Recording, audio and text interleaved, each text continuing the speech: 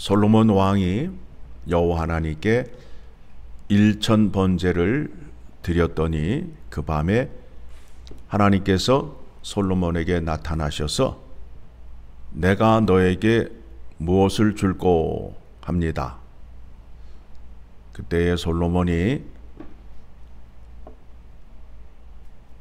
여호와 하나님의 말씀을 듣는 마음을 주옵소서. 하나님의 말씀을 잘 듣고 주의 백성을 재판하는데 선악을 잘 분별할 수 있는 지혜를 주옵소서라고 간구합니다. 그러니까 하나님께서 그의 마음을 기뻐하시고 그가 구하지도 않았던 부귀영화를 주시는 복을 허락하십니다. 그래서 이스라엘 왕 가운데 솔로몬처럼 부귀영화를 누린 왕도 없게 되는 것입니다. 솔로몬의 지혜, 솔로몬의 명판결이라 하여 이 말씀이 사람들 입에 자주 오르곤 합니다. 솔로몬이 이제 지혜를 갖고 어떤 판결을 하였느냐 하면 한 집에 두 여인이 사는데 둘 다 아이를 가졌어요.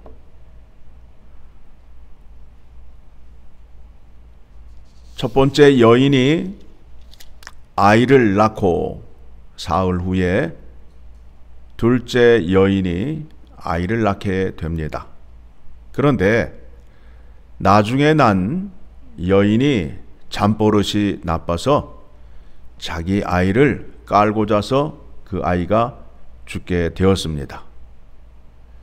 자기 아이가 죽은 것을 보고 그 아이를 바꿔치기를 하는 거지요.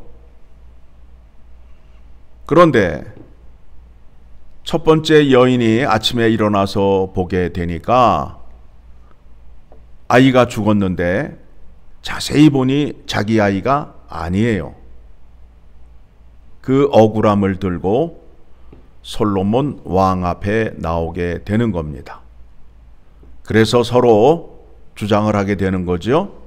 죽은 아이는 내 아이가 아니고 산 아이가 내 아이라 하며 싸움을 하게 되는 겁니다. 그때에 솔로몬이 칼을 가져오라 하여 산 아이를 반으로 나누어서 이 여인에게 저 여인에게 주라 라고 하게 됩니다.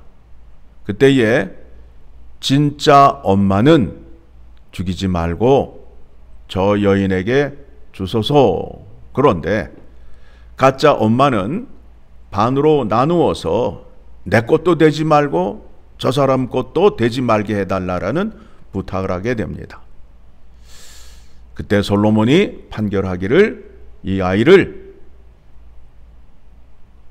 죽이지 말고 저 여인에게 주라 한 그 여인에게 주라 하여 명판결을 하게 되는 것입니다. 그런데 28절의 말씀을 보게 되면 같이 읽습니다. 온 이스라엘이 왕의 심리하여 판결함을 듣고 왕을 두려워하였으니 이는 하나님의 지혜가 그의 속에 있어 판결함을 봄이더라. 그 판결 속에 하나님의 지혜가 있다라는 겁니다. 그러니까 여기에서 하나님의 지혜를 찾는 일이 오늘 우리에게 주어진 숙제겠지요. 성경은 죄인을 구하는 하나님의 능력과 계획을 말씀하는 책입니다. 이 사건 속에 예수 그리스도의 십자가의 사건이 있다라는 것입니다. 자, 무슨 말씀인가 하면 예수님께서 십자가에 죽으시는데 하나님 아버지가 품 안에 있는 아들을 십자가에 내어주시고 죽게 하시고 살리시는 그 은혜가 십자가의 은혜입니다. 내어주시고 죽이시고 살리셔서 영원토록 함께하는 은혜가 십자가의 은혜라는 겁니다. 예수님이 이 땅에 사람으로 오셨는데 죄인들의 죄를 대속하시고 십자가에서 죽으시고 장사되시고 부활하셨습니다. 부활하셨는데 하나님의 능력이 죽은 예수 그리스도에게 임함으로 인하여 부활하셔서 부활하신 예수님이 지금 어디에 계셔요? 하나님 우편에 영원토록 계신다라는 겁니다. 하나님의 원리는 내어주시고 죽이시고 살리셔서 영원토록 함께 하신다라는 겁니다.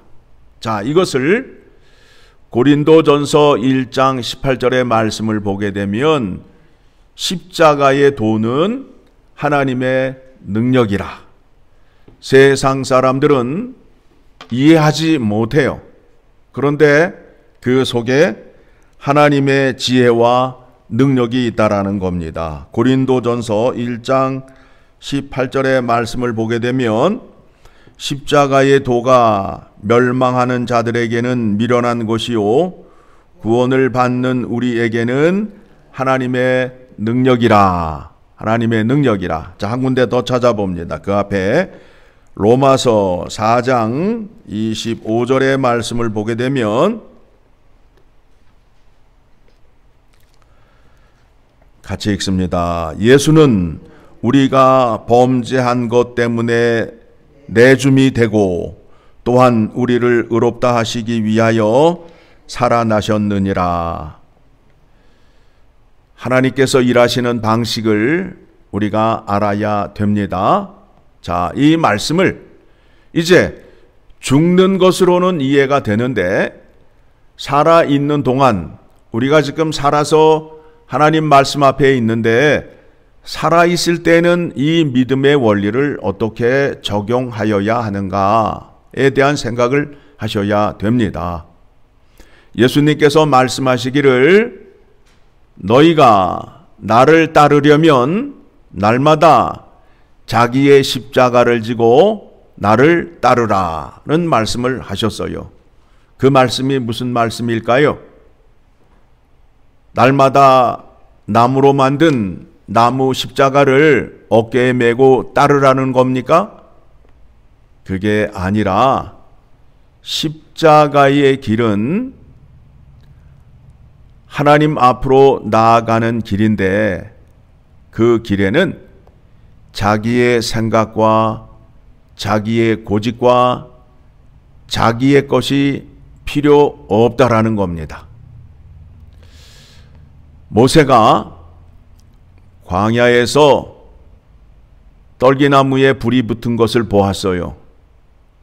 그런데 그 나무가 불에 타게 되면 죄가 되는데 꺼지지 않고 계속 타는 거예요.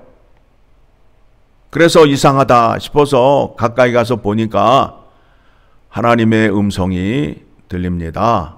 뭐라 말씀을 하죠?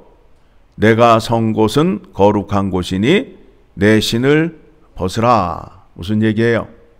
이제 내가 너를 불러서 나의 일을 시작하려 하는데 너의 것으로는 쓸 것이 아무것도 없다.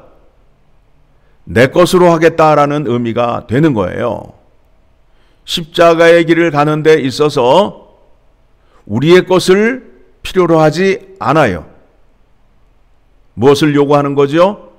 죽기까지 말씀에 순종하는 것을 요구하시는 겁니다. 그러니까 오늘 삶 속에서 어떻게 살아야 하느냐 하면 하나님 말씀에 순종하는 거예요. 하나님께서 말씀하셨으니까 이해가 되든 안 되든 순종하시라고요. 그렇게 되면 그 말씀에 능력이 임하여서 이해가 되고 복을 받는 자리로 나아가게 된다라는 겁니다. 하나님의 지혜와 우리의 지혜는 너무 달라요. 우리의 지혜는 땅에 붙어 있지만 하나님의 지혜는 저 하늘 높은 곳에 있어요. 우리가 생각하는 것과 하나님이 생각하는 것은 달라요. 그래서 우리의 생각으로는 하나님의 지혜를 이해할 수 없어요. 하나님의 지혜가 우리에게 임하는데 성령 하나님께서 역사하셔서 그 지혜를 우리에게 허락해 주시는 겁니다. 그런데 그 지혜를 얻기 위해서는 주님 앞으로 나아가셔서 주님께 간구하시면 성령 하나님께서 말씀을 통하여 우리에게 깨달음을 주시고 지혜를 주시고 능력을 주시게 된다라는 겁니다. 성경에서 말하는 복은 잘 먹고 잘 사는 것이 아니라 하나님이 나와 함께 하는 복이에요. 하나님이 나와 함께 하시면 어디를 가든지 승리할 수밖에 없고 인도하심과 보호하심을 받을 수밖에 없어요. 우리에게 말씀을 주시고 순종하라고 하시는 이유가 무엇이냐 하면 내가 너와 함께 하겠다라는 거예요. 하나님은 능력을 주시고 네 마음대로 살아라가 아니에요. 말씀에 순종하여 나와 함께 살자.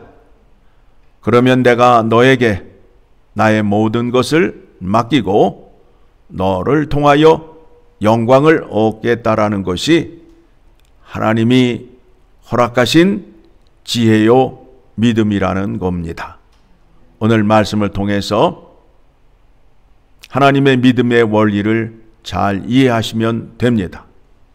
그것이 무엇이냐 하면 말씀에 죽기까지 순종하시면 순종하는 자에게 하나님의 능력을 주셔서 그 능력으로 새 생명으로 기쁨을 누리며 살 수 있게 된다라는 겁니다.